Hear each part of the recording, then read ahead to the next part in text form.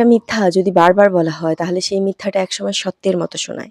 একইভাবে একটি সত্য যদি বারবার আড়াল করে রাখা হয় তাহলে সেই সত্য একসময় মিথ্যার মতো শোনায়। হ্যালো, আমি মোহনা মাহি। আজকে আমি একটা বই নিয়ে কথা বলতে এসেছি। বইটাকে আমি নন ফিকশনাল বা ফিকশনাল কিছুই বলবো না। তো একটু ফিকশন আর একটু নন ফিকশন মিলেই এই বইটা। লেখক এই বইটা শুরু করার সূচনাতেই বলে দিয়েছে বইটাকে ফিকশন হিসেবে পড়তে। কিন্তু আমি না বইটাকে ফিকশন হিসেবে একদমই পড়তে পারিনি।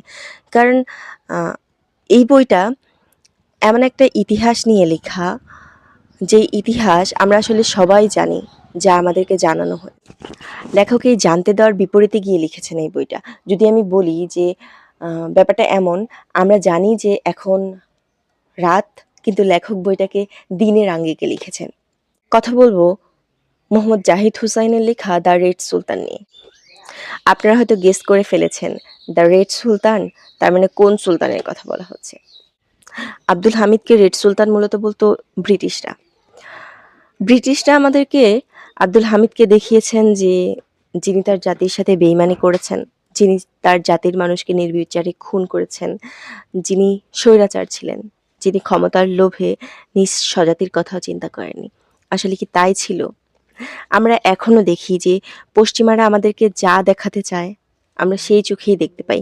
এখন হয়তোবা সোশ্যাল মিডিয়ার যুগে আমরা কিছু ব্যাপার জাস্টিফিকেশন করতে পারি বা কিছু ব্যাপার চিন্তা ভাবনা করে আমরা ধারণ করতে পারি, কিন্তু তখন আসলে এমন ছিল না। তখন তারা পেপার পত্রিকায় যাই ছাপাতো, মানুষ চোখ বন্ধ করে সেটা বিশ্বাস করা ছাড়া আর কোনো উপায় ছিল না। সাংবাদিকরা পত্রিকায় যা লিখতো মানুষ তাই বিশ্বাস করতো।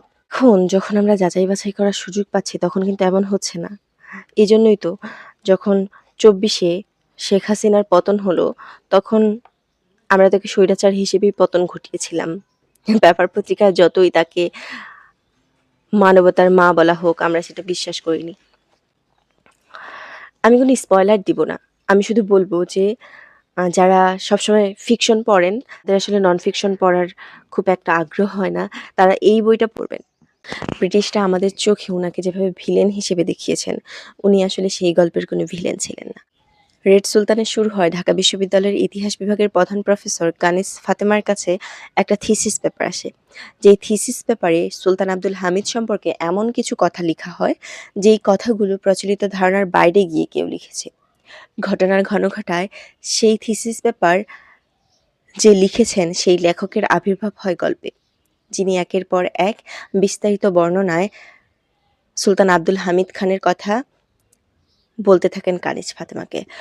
উনি রেফারেন্সে রাখেন এমন একজনের লেখা যিনি একসময় সুলতান আব্দুল হামিদ খানের খুব কাছের কেউ ছিলেন। যাদের ধর্মই বলে দেশপ্রেমী মানের অঙ্গ, তারা নিজের দেশের সাথে দেশদ্রোহিতা কী করে করতে পারে। আমি কোনো স্পয়লার দেব না, শুধু এতটুকুই বলবো যে সুলতান আব্দুল হামিদ অনেক চৌকস একজন মানুষ ছিলেন, অনেক বুদ্ধিদীপ্ত একজন মানুষ ছিলেন। সবশেষে আমি বলবো, আপনি যখন ইতিহাস আশ্রিত একটা বই পড়ছেন তখন আপনাকে কিছু ব্যাপার হয়তোবা মনে হবে যে এলোমেলো, হয়তো আপনি এমনটা জানতেন না লেখক অন্য কিছু বলছে। ব্যাপারটা যেহেতু ফিকশনাল, লেখকের কল্পনাই আসলে এখানে মুখ্য। তো এই বইটা আমি পড়েছি, বাসায় নিয়ে আসছিলাম ঈদের ছুটিতে। আমার ভাই পড়া শুরু করেছিল, কয়েক পাতা হয়তো পড়েছে, এখনো শেষ করেনি। তো এমন একটা বই আপনি কোনো এজ রেস্ট্রিকশনে ফেলতে পারবেন না। আপনি নির্দ্বিধায় আপনার বাসার সবথেকে বড়, আপনার বাসার সবথেকে ছোট সবাইকে পড়তে দিতে পারবেন নির্দ্বিধায়। যখন পড়া শুরু করবেন তখন আপনি এমনভাবে পড়াশুনো শুরু করবেন যে আপনি কোনো সত্যিকারের ইতিহাস পড়ছেন না, আপনি একটা গল্প পড়ছেন। এর সাথে আমি বলব, যখন আপনি রেড সুলতান পড়া শুরু করবেন তখন আপনার মাথায় আপনি শুধু একটি বাক্যই রাখবেন যে আপনি সুলতান আব্দুল হামিদ সম্পর্কে পড়ছেন। সে হতে পারে কোনো ইতিহাসের হিরো অথবা গাদ্দার, কিন্তু এই গল্পের তিনি নায়ক। তাকে এই গল্পের নায়ক হিসেবেই পড়বেন। আমার মনে হয় আমি এনজয় করেছি বইটা, আপনিও এনজয় করবেন। আজকে এই পর্যন্তই। হয়তোবা অন্য কোনো বই নিয়ে অন্য কোনো ভিডিওতে কথা বলবো। ভালো থাকবেন, সুস্থ থাকবেন। আল্লাহ হাফিজ।